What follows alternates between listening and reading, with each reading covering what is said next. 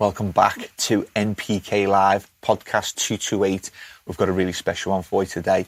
We did this recording a couple of weeks ago with Callie Seaman, and we wanted to wait until Medicinal Cannabis Awareness Week to launch the podcast. So here you are. We have podcast 228 with myself, Stephen, Callie Seaman. I hope you enjoy. But first, we have to give thanks to the podcast partners.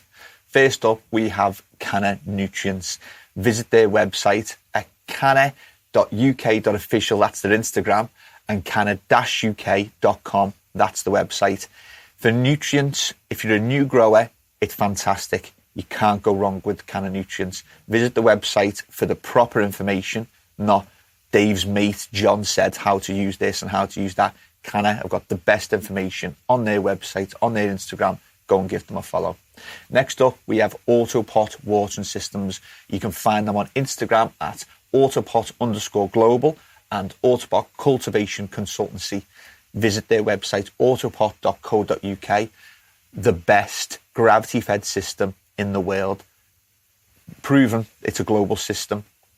Been in the industry for 20 years and they know what they're doing. Always innovating, always coming up with new systems. I can't even keep track of the latest innovations that come up because the team at AutoPot are constantly pushing the boundaries of what can be achieved with AutoPots. So go and give them a follow. If you're a systems grower, give AutoPot a go. You won't go wrong.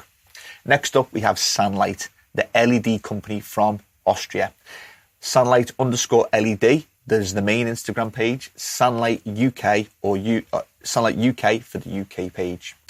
Visit them, SANlight.com, on the website to know what the fixtures do, their efficiencies, how to use them, what heights to hang them, and just lots of fantastic information about spectrums and how to get the best if you are an LED grower. Next up, we have Can Filters. You want to be following Erwin at Can Filters or canfilters.nl on Instagram, and go and give them a follow and visit the page canfilters.nl. Lots of top information on fans, filters, extraction, intakes, how to use them, what the carbon is, and they will supply everything you need for a perfect extraction system. We have BudBox Grow Tents. Follow them on Instagram, BudBox Grow Tents, and on their website is budboxgrowtents.com.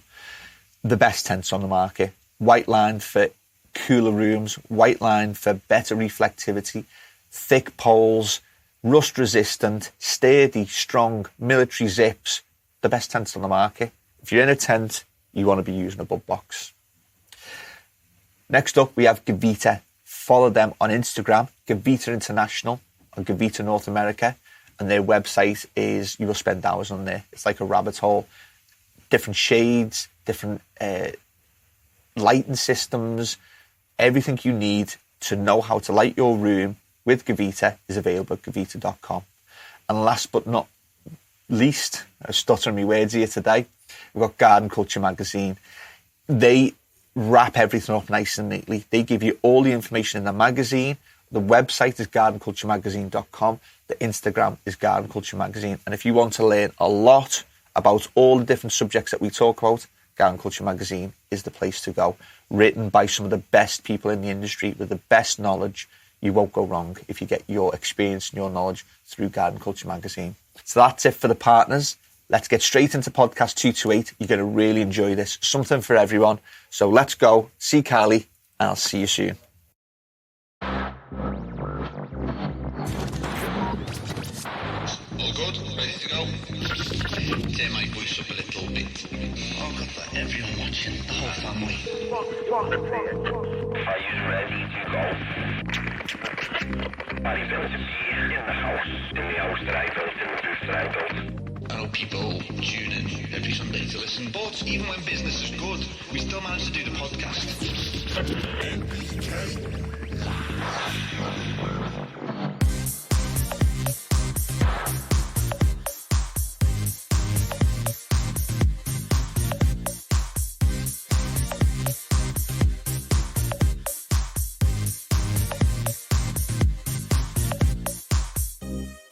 Welcome, Callie Seaman. How are you doing? I'm all right, thank you very much. How about yourself? I'm very well, thank you. I'm very well. It's about time we had you on this podcast. We used to have people in the podcast studio with us to talk, but obviously over the last 18 months, that's been impossible. So I caught up with your product there, didn't I? I was like, Callie, come on, we need to make this happen. You've got a wealth of information to share. You've been through a lot of stuff that I'd love our listeners to hear about. I think you've got a fantastic story as well. So thank you very much for coming on the podcast. It's a pleasure to have you on. Well, thank you very much for having me on.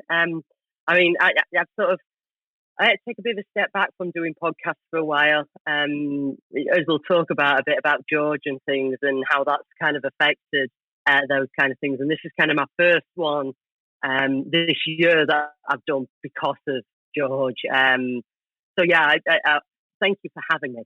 No, it's my pleasure. It's my pleasure. So for people that don't know about Callie, she's one of the instrumental people in our industry, as you'll find out.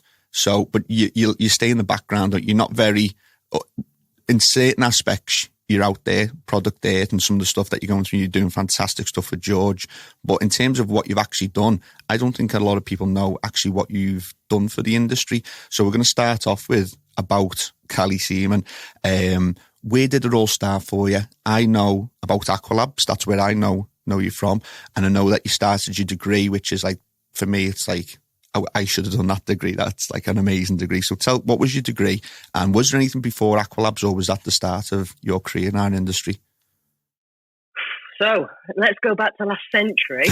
Let's go back all the way back to 1995, when my marvellous daddy decided to take me into what a company called Aquaculture, which was a local hydroponics now back in the 90s. Hydroponics was just not even spoke about. This was a dark art. It was very, very underground. It was just a shop with a door. There was a wall, a shop, a door, and you went in. And these people had this amazing knowledge, this knowledge about how to grow plants without soil and how to get the most out of them. And they had this knowledge about a certain plant, but they never actually mentioned a certain plant. But this was back in 1995. I went on then to do a degree in biomedical sciences, and during that time, I worked for GlaxoSmithKline. I absolutely hated it. I thought it was my dream job. I wanted to develop pharmaceuticals. I wanted to be the next person to get a Nobel Prize for discovering the cure to AIDS. That was what I wanted when I was at school. Worked for a pharmaceutical company and went, nope, this is not for me. But I was lucky enough that Ian Stansfield, who run Aquaculture at the time, asked me if I wanted to be a Saturday girl when I returned from a placement. And I became their Saturday girl, working behind the counter, and learned a lot. And this was down near Bramwell Lane in Sheffield. That company then grew and we moved premises. And that company also helped to develop a nutrient range called Vitalink that probably everybody listening has come across before. I'm one of the original formulation chemists of the Vitalink range. Aquaculture, just when we actually moved... Stop there, just let that sink in. Vitalink, one of the oldest and most well-known nutrients in the hydroponic industry, you helped develop it. And what I say about Vitalink is there's a few cheap nutrients on the market, and Vitalink hit that weird crest where it was really affordable. Like Buddy was £10 for a litre in the shop. And you know what? I've never had any bad word said about Buddy. And the amount of people that come in, the cheapskates are coming and be like, I've got my secret, it's Buddy. Do you know what I mean? Like, that's like a bit of a hidden secret. People might not buy it because it's a £10 a litre. It can't be that good. It was very good and still is. Well, a lot of your growing is about your environment. I mean, I'm telling my granny how to suck eggs here. And it's just changing those ratios. But that was originally where it kind of started and got my interest in formulating nutrients was back then.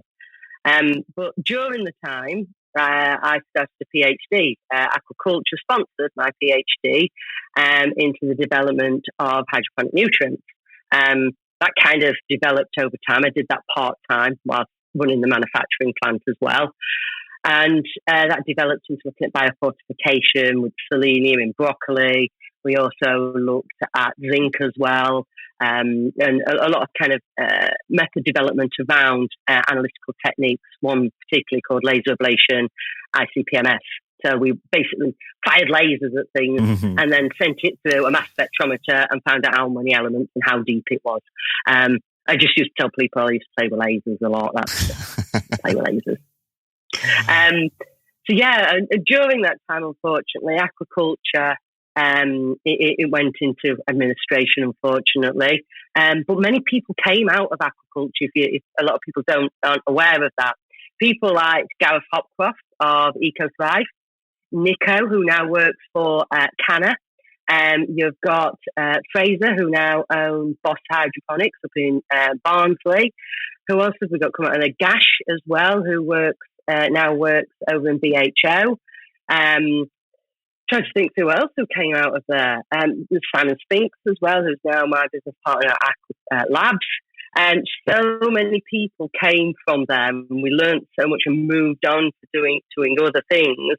It was kind of a little bit of we were a complete family. Yeah. And I do miss them all so terribly. We were such a family, and I'd actually felt I was part of something where I didn't have to hide who I was. I didn't have to hide what I did. Didn't have to pretend to be anything but what I was. When I worked for GlaxoSmithKline, I had to completely hide it. And I kind of felt that I fit really in there. Well, during my PhD, as I say, as industries go, companies come and go, and unfortunately, aquaculture, it went into administration. And then I started Aqualabs with Simon, and we then developed the Shogun nutrient range from there.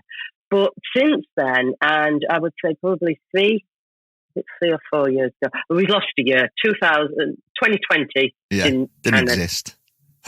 Yeah, and this year's been a bit... finding our feet again. Yeah, so round about 2017, I had a tonic-clonic seizure at work, and it was a very hot day. I was under a lot of pressure, trying to finish my PhD off, smashed my face up on the side of in the toilet on a sink, came round covered in blood, ended up riding an ambulance. I was in firm denial about being epileptic. Now, I'd actually been diagnosed when I was 15, but due to wanting my independence and wanting my driving license, I didn't have any seizures, or what I didn't think were seizures, let's say. I was in this firm amount of denial. Well, I'd fainted, too hot. Took another year, and a year later had another seizure after doing a half marathon, and I'd cut down on my consumption. I used cannabis in order to help with my seizures, and didn't realise at the time I was doing that, and I was finishing my PhD, so I cut completely down, and then boom, another tonic-colonic. But I was at work, and it was Simon, who I call my Cheshire Cat, bless him. I'll explain that in a little bit. So through Alice in Wonderland. Turns out Lewis Carroll was also epileptic. It explains a lot. Yeah. But he witnessed it, and yeah, I had further tests, and no real kind of diagnosis came around. But I came out of denial at that point because he'd witnessed this and he'd seen it and gone, Callie, what's happening? You're growling and things. You're dribbling and you're making funny noises, and then you're waffling on, and then you're kind of following dots around the table afterwards. And yeah, I came out of the denial of being epileptic and embraced it. But it happened at the same year. This was 2018, and the law changed about medicinal cannabis. And I was invited down to Parliament on the day of the law change. And I kind of found my calling. It was weird. I'd come to the conclusion I'd been given this as a gift, that my epilepsy was given to me so that I could help others understand that and understand the power of cannabis as a medicine and how much it's helped me and how I've been using it since the age of 15, when my dad introduced me to it when I was first diagnosed with epilepsy. And I just want to show that this isn't a waste of drug. This isn't something that you're going to completely waste your life away. I managed to do a degree, set a business up, do a PhD, all through consuming cannabis. I don't think there's a problem with this, and I think we need to address this more.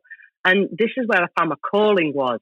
And then we set up MedCan support with Matt Hughes and Hannah Deaking.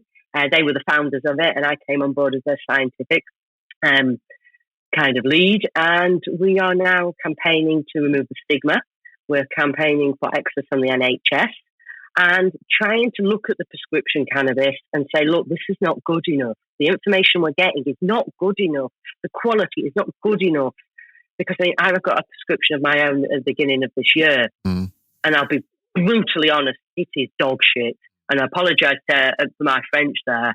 But compared to what the legacy market or what is branded as the illegal market, they're having a giraffe.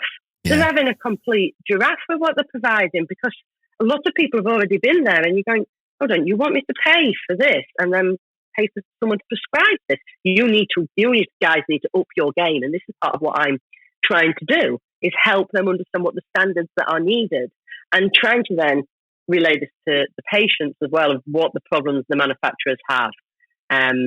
Part of what I also do is work with licensed cultivators within the UK and internationally. So trying to educate them and to look at their secondary metabolite production as well. I mean, that's a lot I've just blurbed out there. And, I've got a question for you. So I made up that you said about the consumption of your medicinal cannabis, and that you managed to do X, Y, and Z, formulate Vitaling, do a degree, do a PhD, formulate Shogun. Do you think that you would have done all those things without cannabis? I think I'd had more seizures. I'd had more anxiety. We don't actually know how cannabis treats seizures. The full mechanism is still a little bit of a mystery. It's still, they know that it helps to control them. But a lot of it with mine is that it aids with sleep. And sleep is my number one that I must have. So people think I'm starting to become a bit boring when I leave parties at 10 o'clock now, or I go home. I have to do that now. I've had to change my lifestyle in order to incorporate that. But stress is a big trigger as well. Massive, massive trigger. Cannabis has helped to reduce the anxiety or help me deal with things a lot better. Now, one of the other problems is strains and understanding what the terpene profiles are and what the cannabinoid profiles are. And this is also what we need in this country, is availability of labs that can test this, so we know if we've got something with a lot of limonene in or a lot of, camphorine in. We all have different reactions to these terpenes, and sometimes it can make people feel really anxious, which can actually exacerbate the problem. And, drugs as a whole are not the problem. It's not knowing what you're taking and how much you're taking. And that is really, as Simple Carter says, prohibition doesn't work. No, it's been proven over the last 80 years, doesn't it? And one of my things about prohibition is that it allows, basically it's why we started this whole PGR free campaign, and well done to Shogun, completely smashed the PGR trials, absolutely nothing in them. So, and again, a few companies took it up, but not as many as I thought they would. So thank you to Shogun for taking part in that and passing with flying colours. But that's why we started the PGR campaign, because some PGRs are naturally occurring, and some are completely synthetic and can potentially do harm. And because people don't know what they're consuming, it can potentially be harmful. And I say alcohol is much more harmful than cannabis, but it's regulated. We say 1.4 units for a woman or a man. Don't drink when you're pregnant. And the way I see it, and the way I try and get my head around it, is people that condemn or vilify cannabis because of its high strength. It's basically like saying you've never had cannabis, you've never had alcohol before. Let's start you off with some 40% single malt whiskey and see how you get on with that. It's not what you do. It's, when you put it in that terms, it sounds mental. You'd start with a shandy. Do you know what I mean? You start like 18. I know you don't start with a shandy when you're 18, but you'd start with a shandy. You'd start with a pint. You get into trying other things out. You go, whoa, I know what happened there. And you ease off because you know what you're getting. You know the alcohol strength, and you can modify. That's the problem that we've got, is we don't know what we're getting. And I fully support anything that is some sort of regulation, so that people need to know what they're getting. And what we're moving away from, you'll know a lot more about this than me, is In countries where they've gone sativa, indica, hybrid, hemp, that's not a classification anymore. It's become there's just too much out there. So like you said, it's now we've got to focus on the terpenes, because I found out only recently really that terpenes have just as much of an impact medicinally as the cannabinoids within the plant, and there's just so much going on. It's really interesting. But yeah, shout out for the MedCan. Where can people follow and support MedCan on social media, and do you have a website that people can go check that out if that's what they're interested in? Yeah, MedCan support. So we've got a Facebook group, and this is for families. It's about a family support network. So we're helping to support the parents. We're helping to support siblings, grandparents, carers. And it's those who get forgot about so much.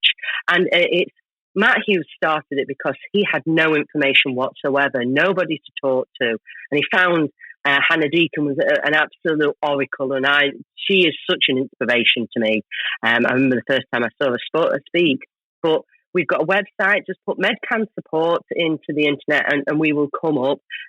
Reach out to myself as Dr. Callie Seaman on Instagram, on LinkedIn, anywhere around there. We can sort of put you in touch. But what we've started to do is we've actually set it up as a company now, and we're raising funds so that we can put grants together for the families so that they can apply for things like respite, for actually counselling, to deal with some of the issues that they're just hiding, because usually the carers and the siblings are the ones who get put to the bottom of the pile. They're the ones who get forgot about, and we wanted to give something back to them so that they would look, they would actually look after themselves, because that's the final thing. They think that they need to look after their disabled child, and that's the real focus. We wanted to change that and help support them in ways with, as I say, these grants that we're putting together. But as I say, anybody out there who is a family with epilepsy, be it your sister, brother, join the group. It's just nice to know there's other people feeling the same as you are. Yeah, and you know what? I'm not part of any sort of groups like that because I don't have epilepsy. But what I will say is, we were talking earlier before the podcast about my partner and what she's going through. She's actually in a group with other people going through what she's got. And she said it's just been the biggest help. Just listen to other people's stories, how it got worse, how it got better, the right foods to eat. And it's been like a godsend for her, because I know nothing about what she's got or what she's going through really. So she talks to other women that have got that, and it's been an absolute godsend. So if you're a little bit hesitant about joining a group for whatever reason, just take it from me as someone who's not part of many groups, but I can see the benefit that it's had for my partner, and she thrives from it. So if you need support, it's about talking. I know you hear it on the telly, mental health awareness. It really is good to talk and get yourself in a group. You don't have to comment. You can just see everyone else talking and get some resilience that way. And if you feel confident enough, you can start commenting. You can start asking questions from people that live in your situation and are in your shoes. There's no better people to talk to. So definitely get involved with that. What I'm interested in, and this is like for the sciencey, geeky people, I love the cannabinoid weekly or cannabinoid monthly that you do. So you pick a cannabinoid and you give it like a bit of a character. Where do you do that? Is that just on LinkedIn, or is that on all your social medias?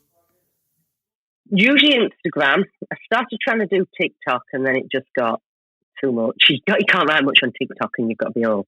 But I do molecule of the week, so I'll range it from things like the terpenes as well that you mentioned, the cannabinoids. I tend to focus on compounds found within cannabis, but I have branched out. DMT was one of them one week. Caffeine was another one. So it's more psychoactive compounds I tend to go for, something that's going to have some effect on you, to give it a bit of that personality. But yeah, Instagram, that then goes to Facebook, but I don't think anyone uses Facebook anymore. That's for old people. Yeah. As I'm told. As I'm told. We're getting there, you know. Apparently all the youngsters are on TikTok now, and like they're saying that all the old ones are on Instagram. So I'm like, I'm battling. I'm trying to get onto TikTok, and it's just not working out for me. That's when you know that you're getting on. One of the other things that I wanted to talk to you about was the sort of bit more about Aqualabs and the production of Shogun and what went into manufacturing a nutrient? Because was it? Am I correct in saying it was your degree or your PhD where it was literally hydroponic nutrient manufacture? What was that? Your degree or PhD? That was the PhD. So that was sort of round it off as fertilizer chemistry as such. So that was what I did my PhD in, and that went into, we've done a lot sort of since then as well with production of tricantanol, which is in the boost products and things, and we onshored that during the actual pandemic occurring. So I had to learn a whole new technique very, very quickly and develop a methodology really, really quick, which was a really good challenge. But at the time, it was a bit much with everything going off, and you kind of working weekends in out and out, but I enjoyed that. But yeah, during PhD, that was sort of a lot to do with that. PhDs tend to start going in one direction, and then a tangent comes along, and you're off again. You're off somewhere else. We were looking a lot at the biofortification, so the movement of elements within plants, and how to increase the bioavailability of those during that. But what's been really interesting is now that a lot of the work that's sort of coming out is what I did is now old hat. It's very quick how things progress and how they change, how times change very quickly, and the science becomes old science very, very quickly.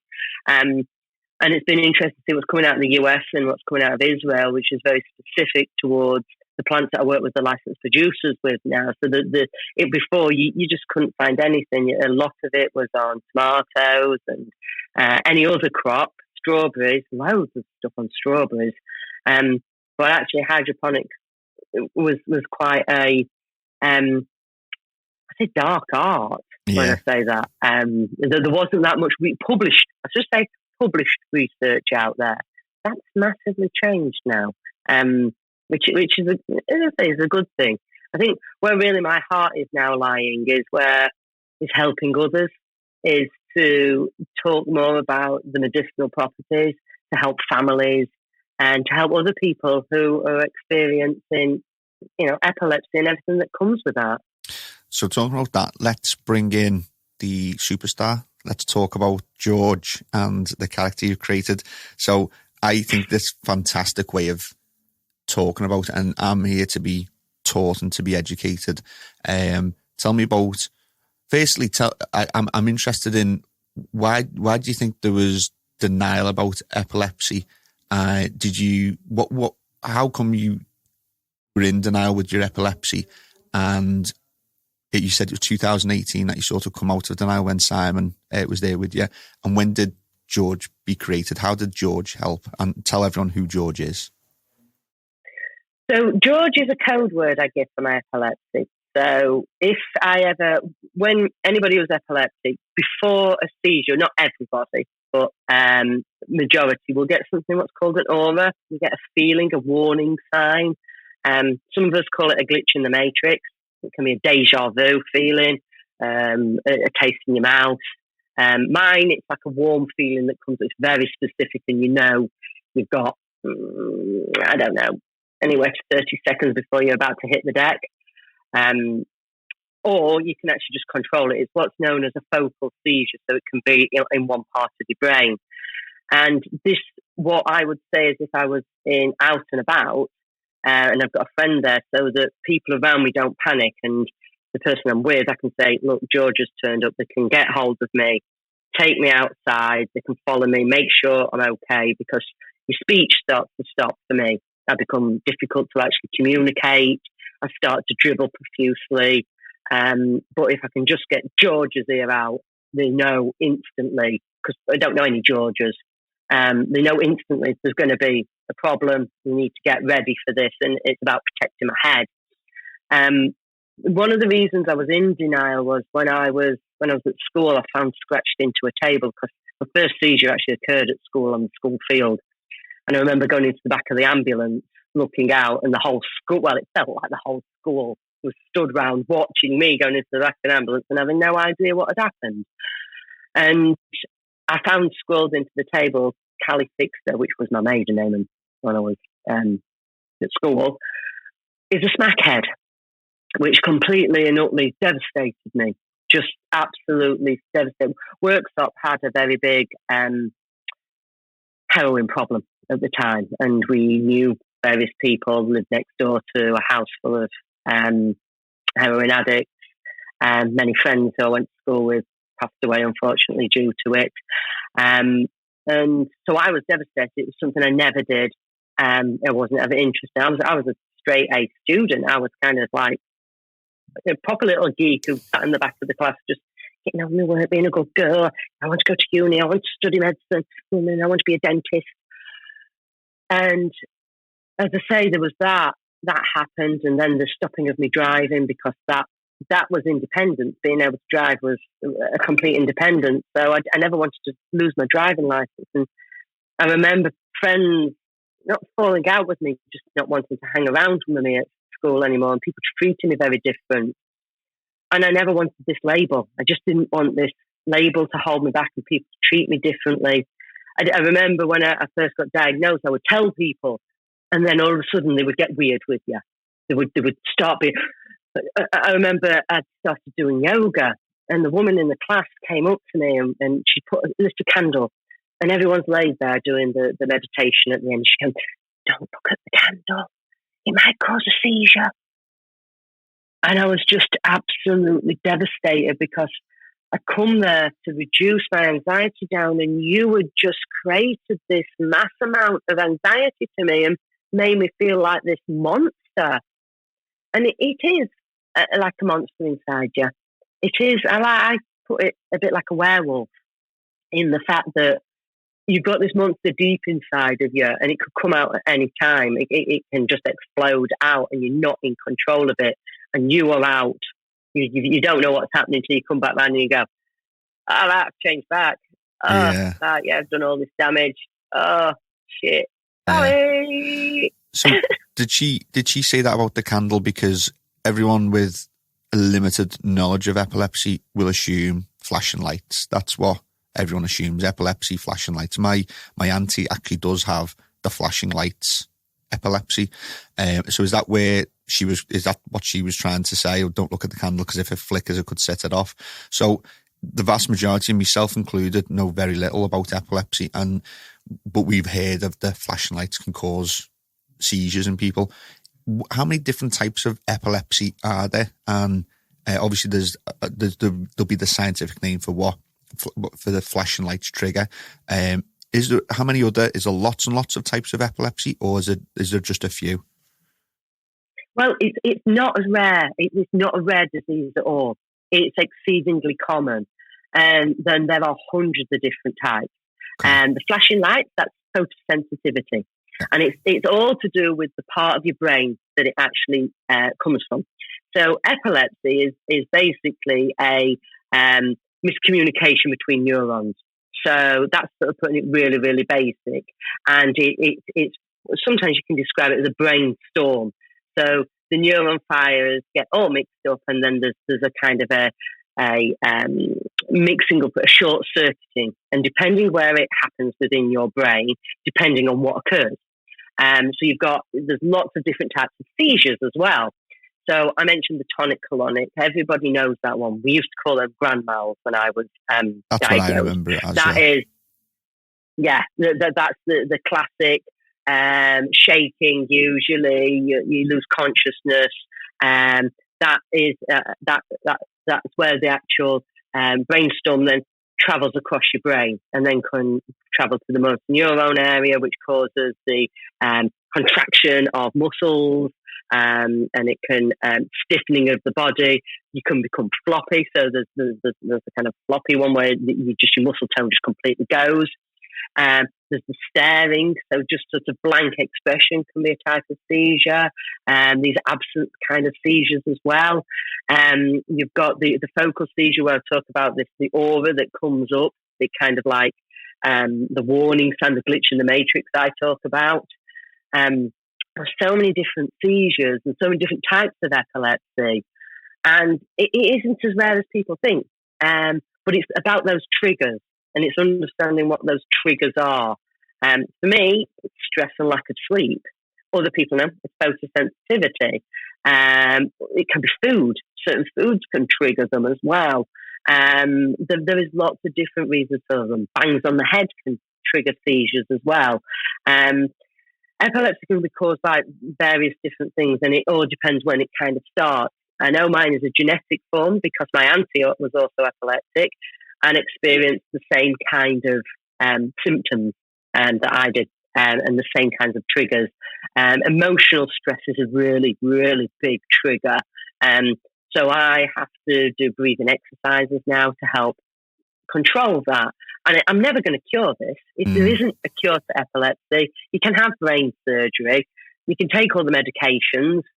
It doesn't cure it. It just controls it. And that's why I look at it as George as this jealous boyfriend who doesn't like me staying out late or his phone would stop. And he doesn't like me partying. He doesn't like me drinking. And he can slap me. And he can slap me hard when I'm not sleeping and things. But it's about controlling him and knowing what is going to agitate him. And if I know what's going to agitate him, why do that? So I've kind of put this character to it to kind of give myself a little bit of I can hate him. I mean, this year he's been an utter bastard. I mean, he's come out twice. He's tried to kill my son because I unfortunately had a seizure in the car whilst driving. And luckily my son, the little hero, knew exactly what to do, turned the steering wheel, pulled the brake on, phoned the ambulance, and he's tried to attack my son. And that really hurts. And that makes me want to beat him hard. And beat him so hard. But what it's done is it's given me that drive to really help others, to really kind of help communicate with others that they're not alone in the way that they feel. Because epilepsy isn't just the seizures as well. There's a lot of other things. So there's the mood swings. A lot of people don't realise that we will cancel at the last minute. It's quite a common thing because of the anxiety we suffer as well. We something that I discovered lately as well, coming out of denial as well, is dysphoria, where you can get a sudden mood change where your mood drops, and it can only last for an hour, where all the joy of your life falls out, and then an hour later you're fine, and you come and it's an imbalance within your brain, and this is quite a common thing that goes with it. There's needing to sleep more and fatigue with it as well. I think one of the biggest things is the mental anxiety it gives you, because you never know when it's going to trigger. You never know when it's going to strike. And I think a lot of people need to understand those sides of it. I mean, there's these ecstatic seizures, which I suffer from as well, which are fantastic. These are really brilliant because you become so enthralled. You become so impassioned about what you're going to do, and you've got these ideas and the fire, and you're going to take over the world. The neurologist will tell you it's ideas of grandeur, and it's like that. No, it's not ideas of grandeur. This is something that's being communicated to me, and I need to do. I mean, every time I have these big seizures, I come back changed, and I come back knowing what I kind of need to do. Kind of what's next in my life, and I've learned to kind of ride them and realise that these seizures are part of my development as well. They're part of, I come back from them changed and trying and almost no remission. It's difficult. I mean, you probably can tell you if you can hear it. The last one I had, I developed a bit of stutter after. I couldn't get words out. Sometimes I have to slap the back of my head to get words to come out, and forget things, being forgetful. I was having a conversation with someone and I couldn't remember the word tomato. I just could not remember the word tomato. Then round red things, those fruits, round red things that they grow, that you buy in the super, and I couldn't get the word tomato out. It's mad, isn't it? It's interesting that you've mentioned anxiety, because doing this podcast for so many years and having so many people on it, I have had a lot of people cancel last minute. But at the early stages, it was a little bit annoying. But I'm the type of person, it's not the end of the day. We'll reorganise. It is what it is. And then this is a self-diagnosis. I don't go out there, but I believe I've got what's called high functioning anxiety. So on the surface, everything looks amazing. I'm always on time. I'm super motivated, quite organised, running good businesses. And below the surface, there's an intense fear of being late. And I mean, like, the sickness in your stomach when you're potentially 5 minutes late is horrific. Super organised because you're so anxious about missing a tiny detail. And I've had that now I didn't realise what it was, but I've had that for about 3 years. And it's helped me with my understanding, especially with the podcast. So many people, and I'll say males, will make excuses for why they can't come on the podcast at the last minute. I've had it quite a few times.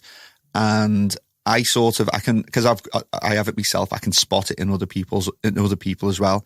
So they'll say, a last minute meeting's come up. Oh, this has happened, that's happened. Normal everyday things that would pass as an excuse. And I ring them up because most of the time if they're coming on a podcast, they're a friend as well, or I know them quite well. And I'll say, what was there a meeting or were you worried? And they go, well, yeah, I was terrified.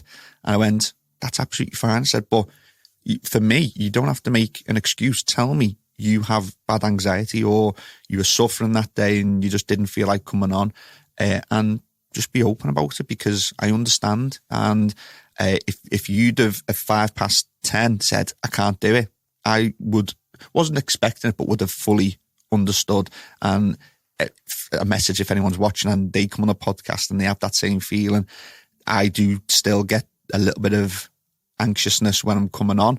And as soon as you're on, it's all gone because we're in, audio's recorded, visuals are recorded, you can relax. And I've seen it a lot of times as well when people have really pushed through, really managed to push through and come on. And then afterwards they say, that was like therapy a little bit. Do you know what I mean? Just good to talk. And once I was in it, it was great. And I love that. Can we do it again? And I think as much as I think epilepsy needs to be talked about a lot more because that my understanding of it's not great. But anxiety and mental health is talked about a lot, but it's still, especially in men, it's not talked about enough. And it's seen as a weakness. I see it as, even though it's horrible, I see it as the reason why I'm doing well because I hate being late. I need to be organised. I need to be this. I need to be that. So it helps me a little bit. But yeah, we definitely need to keep those conversations going for epilepsy and all the stuff that comes with it, such as the anxiety. But I want to... I'm 100% that males don't talk enough about this. And it's okay not to be okay. Yeah. It's these 2 years, I don't know about you, have been really a strain on everyone's mental health. I have never known as many people either commit suicide or try to commit suicide. And we really need to talk about that. And we really need to, that if you're getting those feelings, talk to someone. Mm-hmm. Don't just let it bubble away. You're not being more manly because you're not talking about it. You're just burying those feelings. Talk to, bring this out and, they're probably feeling exactly the same as you. Mm. And as soon as you realise somebody else is feeling that, I'm not insane. I'm not crazy. I'm actually normal, just like them. Yeah. Do you know, actually, I've got the, during lockdown, when everyone stopped, mine reduced massively because I think I don't know, I still on a sort of a bit of a self-discovery about it, but when I thought everyone wasn't working and everyone had stopped and everyone had slowed down, I relaxed. I was going when we were allowed, I was going to the park and walking thinking, I'm allowed to be in the park. I can be in the park with my little lad and I'm not worried about, am I missing something here? Am I missing an email? Am I going to miss some social media that I need to jump onto? As a client not happy? It was for me, it was peace. Do you know what I mean? And it was lovely. And with the media company, our ethos is changing the view, and that sort of stems from me. And what I was saying to everyone is, everyone was like, oh no, this is horrible being locked up and you can't do anything. I said, you will get this opportunity once in your lifetime. So the stuff that you don't do, and the vast majority of people, adults, because we're working, don't spend as much time as we would like to with our kids if we've got kids. So I took that opportunity. I was with my little lad every day, and it had its pain in the backside, and it was a struggle sometimes. But just to flip the script a little bit and be like, never in my life again will I, touch wood, be in a situation where I can spend so much time with them, and that's the way I looked at it. So I enjoyed lockdown, to be fair. It was a bit of a rest for me, do you know what I mean? I feel like I came back invigorated. That's not to put diminish what lockdown was for a lot of people. That was just my personal circumstances. I fully understand being in a house, especially if you're a single parent, looking after kids, not knowing what's going on with this virus, not knowing anything that's happening. Very, very stressful times. I think I'm a bit of an odd case. I flipped it for myself, but yeah, definitely a stressful time for people. No, it's funny. I know someone else. I'm also on the advisory board for PLE, which is patient-led access and engagement. And there's Lucy, and she did something very similar in lockdown. She was, when I first met, she was in a wheelchair. She was wheelchair bound, and she learnt to walk during that time. She actually now is on crutches and walking with the help of her prescription, and having that time to just slow down and go, right, well, I've got nothing else to do. I better learn to walk. And she did. And she's doing it now. She's gone to uni. Again, such an inspiration. An absolute. She's doing neurology down at, I think it's Sussex University. I might be wrong. It might be Surrey. It begins with S. I know it begins with S. But you know, when you hear stories about that there is a lot from lockdown, and what's happened, I think, has been positive. I think people are thinking about their neighbours more. I think they're wanting to help more. I know I certainly am. Really reassessing of what am I giving here? What can I give back to people? What can I help with? How can I help?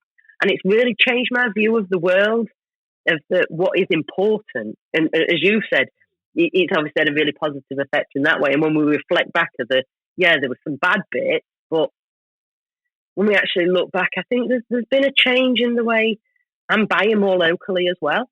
So I'm more conscious about that. I'm buying local produce and trying not to use Amazon. So I'm trying not to use that online. And what local businesses can I support? Be that the fruit and veg shop, be that the butchers, be that the bakery, rather than just going to Tesco's and getting everything there. Yeah. It certainly made me think very differently about the world and what I want as well. Yeah, it has. Same here. It's been a huge global event, hasn't it? Something that we'll be looking on. I think it's going to be in the history books, isn't it? Something I wanted to ask about George is, you said you see him as like potentially a bit of a werewolf, and you hate on him sometimes.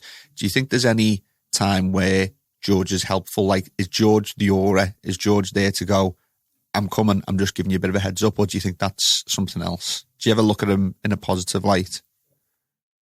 I mentioned about the ecstatic seizures that I have, that I will have ideas that will come, that will just be like, right, we've got to do this.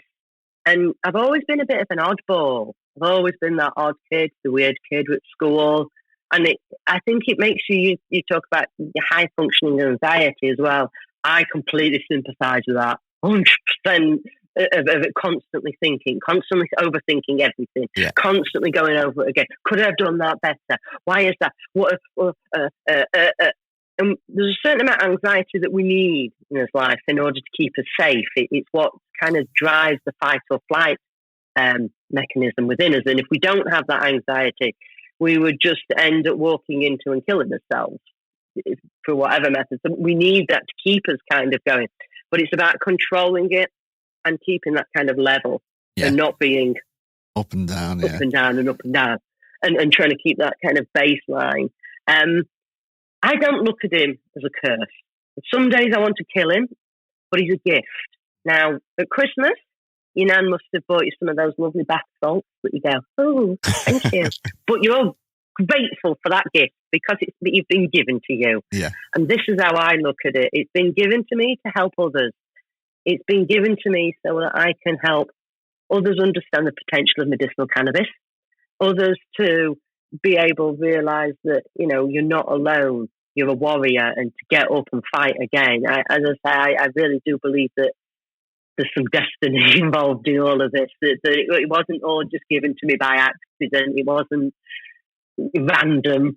This has been a mission and a calling, and it's brought me a lot of joy when I can help others, particularly when people reach out and they're in the same situation and they've seen some of the videos and gone, I've experienced that. I really relate to that. Thank you. Somebody needs to put that into words, and the fear that you've got, I've experienced that, and somebody else just, making it normal, it makes people accept what's happening to them as well. I definitely think it's a calling for you from the journey that you've said you've been on, and that cannabis was the medicine. It's helped you achieve multiple businesses with Vitalink and Shogun, Aquaculture, Aqualabs, just all the achievements that you've done. I don't know if you ever stop and just admire the cake, but you've done a lot, and I think because you are in the background, you're the scientist in the background. Obviously not a lot of people know actually what you've done, so you deserve a huge pat on the back for what you've brought and what you've done for the industry. And I think the same as you. I think there's people that this plant needs to be able to be free again. Do you know what I mean? And I think that it needs a really wide range of people like Hannah Deacon to be passionate, because who can be more passionate about something than when your son needs that medicine? Who can be more passionate with a PhD who knows the science than somebody who has epilepsy and treats themselves with cannabis? Who's going to do? You're not going to work 9 till 5. You're going to work 9 till 9 or 9 till 12 because it's not a job. It's your passion. And who's going to work that hard? It's a lifestyle. So it is. It's a life journey. George has chosen you. And you could even think like the plant has chosen you and be like, we need Callie. She's going to bring the science, bring PhD level science to our cause. And you've been invited to Parliament. And fortunately, it takes people with in-depth knowledge to fight against the rhetoric that government's got of cannabis is illegal because it's a gateway drug, because it's this, because it's that, because it's the other. And one of the only things that's going to fight that is good, solid science. Be like, actually, no, this is not an opinion. This is not my argument. This is placebo-controlled, double-blind studies, multiple people. You cannot argue against this. Are you going to turn a blind eye to this? And they are. And what's the reason for doing so? And one of the points I wanted to ask you and get your opinion on is the medicine that you can get off the NHS. Why? I know these figures will be wrong, but why is the NHS buying off pharmaceutical companies for £150 when it can be made for £2 in the big scheme of things? Like, where's that come from? Well, there's a lot of theories, and it's my prescription came from Australia, so it had to be imported. So you've got import costs there. You've got distributors' costs. And I'm in the process at the moment for Medicinal Cannabis Awareness Week, which is the 1st of November to the 7th of November, putting a video together about the industry, about the journey from that seed to the patient of the actual product, how long it takes to get there, and the number of steps that are involved. Now, for some reason in this country, we don't have a domestic supply. I don't know why that is, because licenses haven't been granted and there's lots of barriers to that. You've got the products, cannabis-based medicines currently are classified as an unlicensed medicine and is classified as a special, which requires a special license, and a specialist needs to prescribe that. Anything within this country at the moment is all through private clinics. So you need to pay for your appointment on top of the prescription as well. And that can be, that's how it's done. None of the products that any of the patients receive in this country are from this country. Not one of them. Not any of them. And there's a lot of questions to why this is. Because we've got what used to be GW Pharmaceutical, which is now Jazz Pharmaceuticals, who in Norfolk are growing, acres and acres and acres of this stuff, which is being exported. I'm not sure why that is. Is Britain still the biggest exporter of cannabis in the world?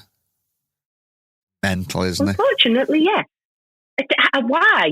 I don't know. I understand that they want products to meet the MHRA standards, but why can we not be producing a product within this country? It seems crazy. I do think, and this is an opinion, I think the alcohol industry has got something to do with this. I think they also seem to realise that there will be a reduction in the consumption of alcohol if people start using cannabis and opiates as well. So I think the pharmaceutical industry have got their finger in this somewhere, because the amount of people that you speak to are taking copious amounts of opiates, be that tramadol, cocodamol, any of those that the doctors are giving out like sweets, will be reduced down and being used, which would make sense of, well, let's block this plant that could sort out all these other ailments as well, like the anxiety on top of that. Oh, that's another pill that we can't sell you. But this is an opinion. That's just an opinion. What is the answer? We need a domestic supply. That's what we need. We need it to be grown in this country to a set standard. And it can be done. And I think what's also worrying me about this industry that I'm a part of is that there's a lot of people who really don't understand this plant. And we come from the hydroponic industry, and we know how much knowledge is out there, how many breeders are out there who have got this unique knowledge that seems to be ignored. And I don't understand why. Why are they not looking at this amazing knowledge that has been cultivated in the underground for so many years that could solve all these problems that these people who have been growing tomatoes for all this time, and think that they can just swap it over? It's being ignored. And I kind of want to be the voice for this industry and all this knowledge that we've got, and stand up and go, look, we're not bad people. We're not criminals. We're not. All we've done is help people to grow their own medicine. But we've got a lot of knowledge through doing that. We've got a lot of knowledge about breeding. We've got a lot of knowledge about the genetics that are already out there. Getting the best grow conditions. Now, obviously, smaller cultivation is a lot different to these large facilities, which I work with, that are just, thousands, if not tens of thousands of plants that you walk and go, wow. You take a real step back to it and can't actually believe you've stood there. So you get different kind of mold issues in there. You get little biospheres with, microclimates that form in there.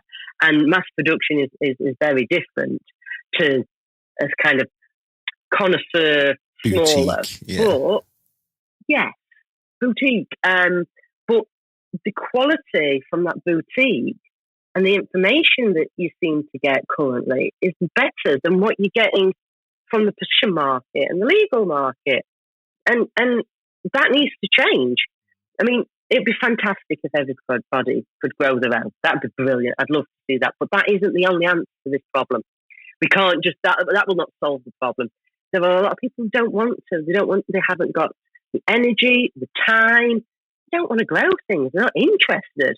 They want convenience. Yeah. They literally want to go, know what they're getting, and I want something high in, camphorine. I want something high in linalool. I want something with more CBG in, or I want to know what the ratio I've got between my cannabinoids, so I know, do I need to use it on a night and on a day? What kind of reactions it's going to have. At the moment, we haven't got any of that. We've kind of got this really weird market that they only report on the CBD and the THC. And that's your lot. That's all you're told. It's buzzwords, isn't it? I obviously with the media company, I follow what's going on in America in regards of cannabis, and what America's doing is they're moving away from talking about THC and CBD because it's just becoming, everyone's using it as a buzzword.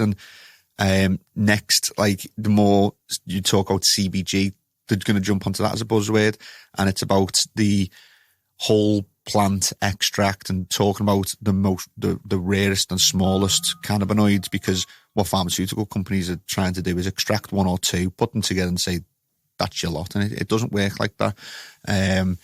But it's crazy that we're still in this position when 5 years ago, I think it was Hannah and Alfie and Callie Blackwell and her son. I'd say more with the seizures, because it was there visible time and time again. with Callie Blackwell, I think the higher echelons can say, well, maybe it was just good luck. I think they can palm it away with that. With the seizures, there's no way you can say that. I'm not saying that about Callie Blackwell. I've got my full opinions. But that's how they'll try and push it under the carpet. But you can't do that with epilepsy. 100 seizures a day. Have cannabis. 5 seizures a day. Stop taking cannabis. 100 seizures a day. Start taking cannabis. It's like nobody can brush that under the carpet. And I think it's 5 years on, however many years, I'll probably get that wrong, but 5 years ago, that's when I remember it. And it's still, we're having to have this discussion about medicinal cannabis. Like, he is mental. If it can save and improve one child's life, it needs to be out there, easily accessible, and not the extra work that Hannah's got to do to go and help her son. Do you know what I mean? 5 years ago, my little lad's 5. I got it, but I didn't get it. Now I've got my son. I'd be like, I'd go to jail if, I'd do anything, and I fully support what she's doing. And you'd do anything for your children. I just don't know how. And my dad, he did that. He took that risk for me, and I have so much thanks for my dad. He is such a hero. And with you being a dad, I mean, I'm glad you brought up a couple of things there, particularly with the Callie Blackwell and her son with cancer. And there's an actual legislation in this country called the Cancer Act, which only allows chemotherapy or radiotherapy to be used to treat cancer. They will not accept anything else to treat cancer. They completely dismiss cannabis oil as to treat anything. It can be used to treat the nausea caused by the chemo, but there is a complete blank and utter, no, we're not accepting that this is a treatment. I know people who have have resulted in tumour shrinkage.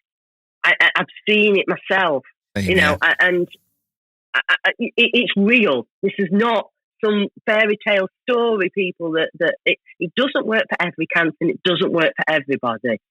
And you do also have to make massive lifestyle changes. So we need to think about removing sugar from your diet, red meat from your diet. It's got to be a commitment to it all, which surely if you're doing all of that, and cannabis is aiding with that as well, what? I mean, I know if I get diagnosed, the first thing I'm doing is starting on RSO oil. You can forget chemo, and if that doesn't work, then we'll look at chemo. Yeah. One of the campaigns I started was hashtag Why is cannabis the last resort? I had to have taken 2 other medications and considered brain surgery before they would prescribe me medicinal cannabis. I don't know. I've seen that recently. Why is cannabis the last resort? It's like, how did they describe it? And I can't even remember who it was, but they were saying it's like you're at the very end stage and then you consider it. And it's just, it's going to help, but it's got the least chance of helping if you use it at the very later stage. If it's brought forward and used at the beginning as the primary treatment with very, very few side effects, imagine the difference it'd have. And I know a family who were using for their child, they were doing it for their child.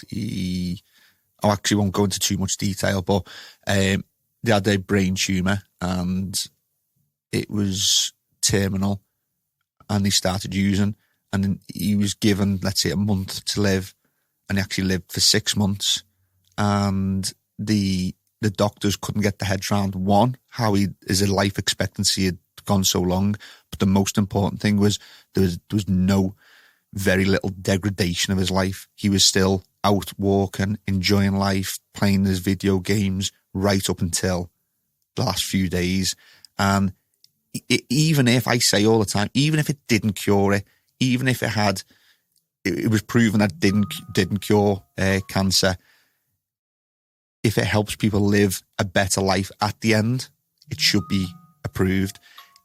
We know it helps with nausea.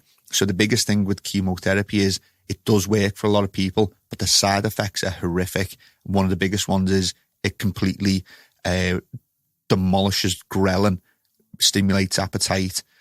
So when you're not eating, you're not getting the vitamins, the minerals you need, so your immune system drops, so you get colds, you get flus, you get everything. That's the real badness that happens with chemotherapy. So people who take cannabis stimulates ghrelin hormone, which is the hunger hormone, gets you to eat food, keeps your immune system high, so that when a chemo's battering you, you've still got a good, strong immune system to keep going. I think the people who watch this, we are preaching to the choir. So what I sort of want to finish up on is what do we do? So MedCan support is doing a lot. Just you can go to, if you type in MedCan support into Google, you'll be able to find a lot out. And what other avenues do you think people can take to push this forward for people? Make people like Hannah get easy access to medicine, much easier access to medicine where it's highly available. What other stuff can people do you think? One of the biggest problems is the lack of education with the doctors. I really feel sorry for the doctors.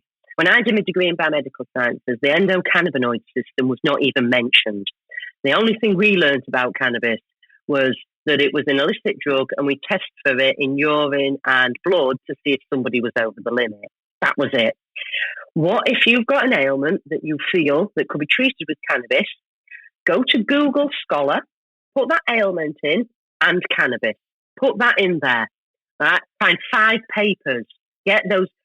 Talk the language your doctor talks. And this is academic papers. Don't go to anything like Leafly. There's lots of good information, but the doctors will not respect that. You've got to talk their language. Get those papers out there and get 5 papers and take it to your doctor with your condition. For example, I could put epilepsy in and cannabis. Read the abstract on them, the showing that it's having a positive result. Take this to your doctors and ask them, I found this paper. This is published work. This is medical work. What can you explain this to me? And get them to start asking the questions, because they're the people who need to, if we force them to educate themselves, that's when the change will come. We've got to get people to start questioning this and talk about it. Share your stories. Let people know if you've had this positive effect from it. If you've had, a positive experience, tell the world. I no longer stand in shame. I used to hide it terribly. And the amount of people I was not helping by doing that I'm ashamed of. But we need to talk about it. We need to break this stigma. We need to stop being ashamed. Now, I'm not suggesting everybody skins up and goes, sits down and, does a protest. I'm not suggesting that. Or we've got to also be respectful for people who don't like the smell or don't want to be around it. And that's fine as well. But the people who need to be really asking these questions are the doctors, the healthcare professionals. Ask your healthcare professionals, but go with the evidence. Go back with hardcore medical research that they can't deny, and it makes them learn about it. So there's 2 things I want to bring up dead quick. There is, don't know if I'm going to get into trouble for this, but fuck it. There's a website called Sci-Hub. So academic articles can be very hard to get hold of. If there's not the little PDF in brackets at the side, it's quite hard to get the full article. If you type in SCI-Hub into Google, and you type it's called a DOI code, or you can type the URL into this. It'll have a raven on the side with a key. You type it into there, it'll download the full PDF for you. So that's how you can get some hard to reach articles. And the second thing is, that's a fantastic idea that you've had there by going into your doctor with those. What I would say, and I've heard this before, is go with empathy to your doctor that they've spent 7 years and a lot of money trained to be a doctor.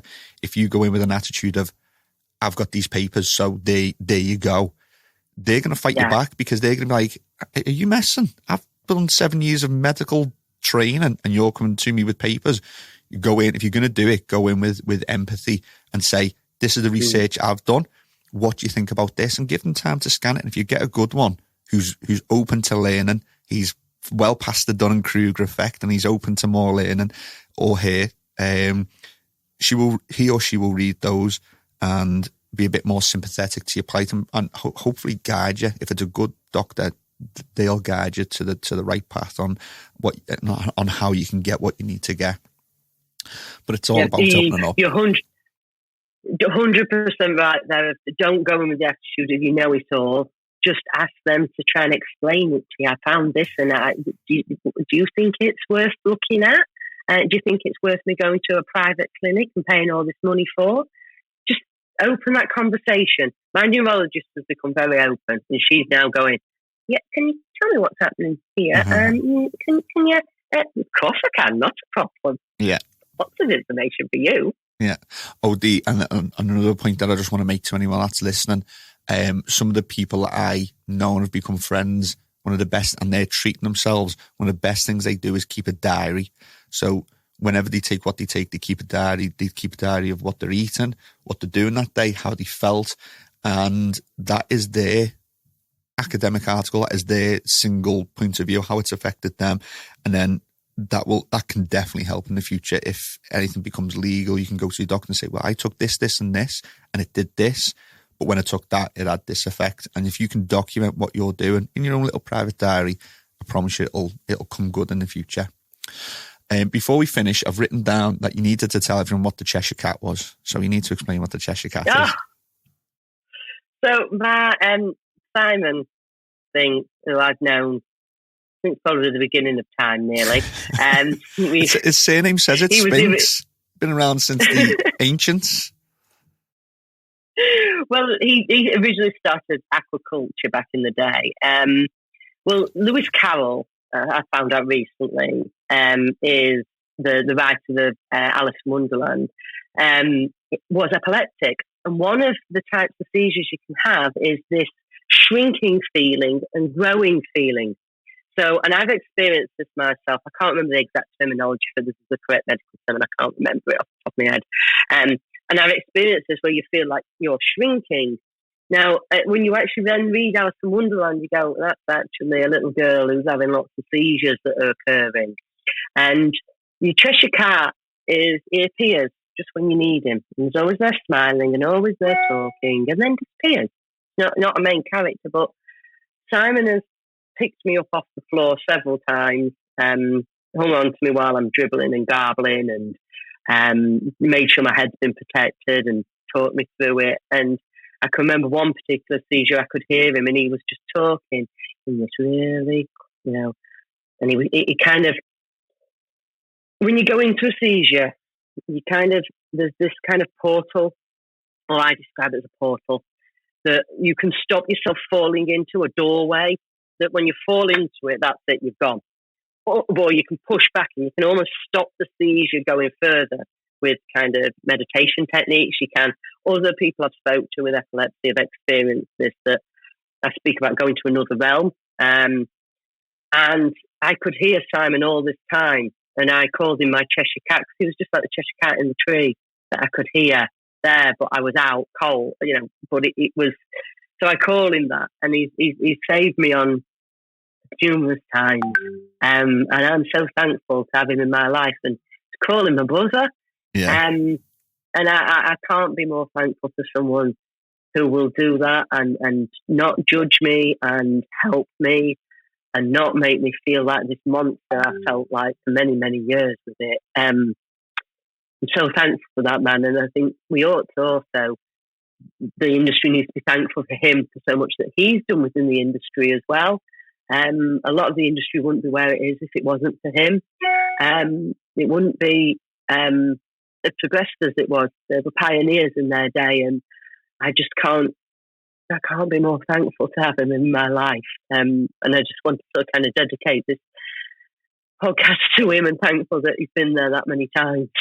Yeah, I've not had much interactions with Simon, but everyone I speak to has got glowing reports about him.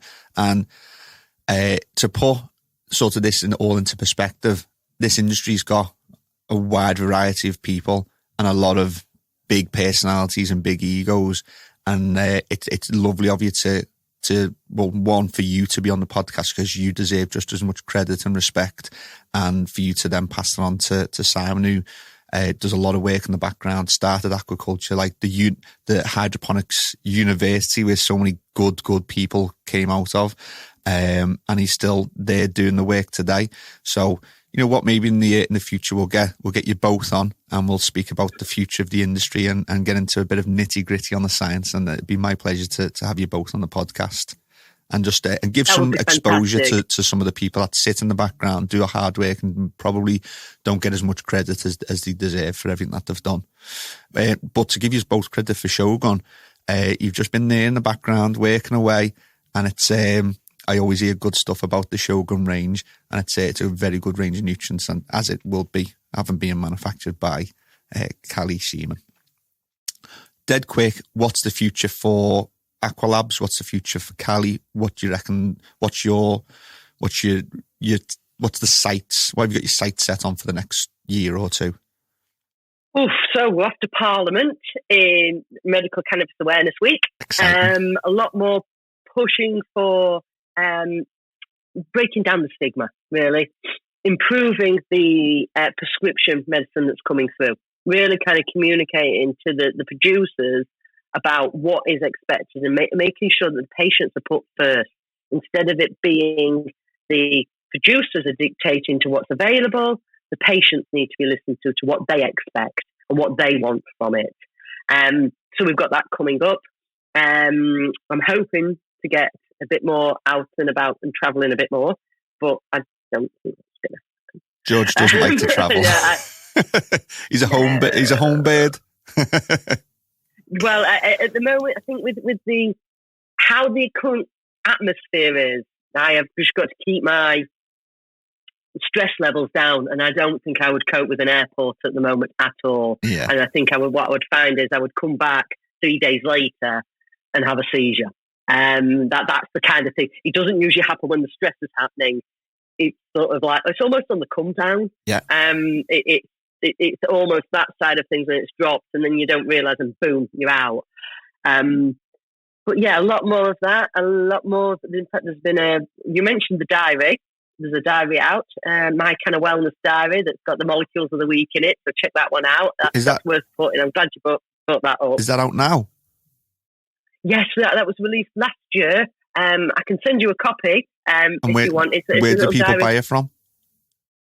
If you go to Peace and Grow on Instagram, you can pick a copy up from there. If you contact me directly, I can I've got copies that are for sale as well. We're not on Amazon or anything like that. What's your Instagram again, just in case that's triggered someone's interest and they want to contact you directly? Dr. Callie Seaman. Yeah. That's the same on my LinkedIn. Yeah. Sorry, that's brain fart. LinkedIn. Contact me there. You can get hold of me on that one. I've also, in November, you'll probably find this book really interesting. Recent Advances in Cannabis Science. It's an American book where there's a number of different scientists come together. I've wrote chapter 1, which is cultivation stress techniques and secondary metabolite production in cannabis sativa. That's November, that comes out. Nice. More work just looking at trichome density and things, and really trying to get this stigma removed. I'm going into 2 universities as well and talking on behalf of drug science, which check drug science out. They've got some really, really good information, academic papers around that. Just pushing forward with the Cannabis Industry Council as well. And I kind of like fully embraced all this. I just want to help the generation that's older as well to accept this as a medicine. Yeah. Because I feel that they would benefit so much from it at the end of life, where, you know, you can't cure anything that they've got wrong, but, you know, maybe if they just had a bit of oil every morning, every night, they'd sleep better, the joints wouldn't ache as much, they would just have a better quality of life and eat more. Yeah. So it's education for me, Doc. And getting out there and just helping folk. Nice.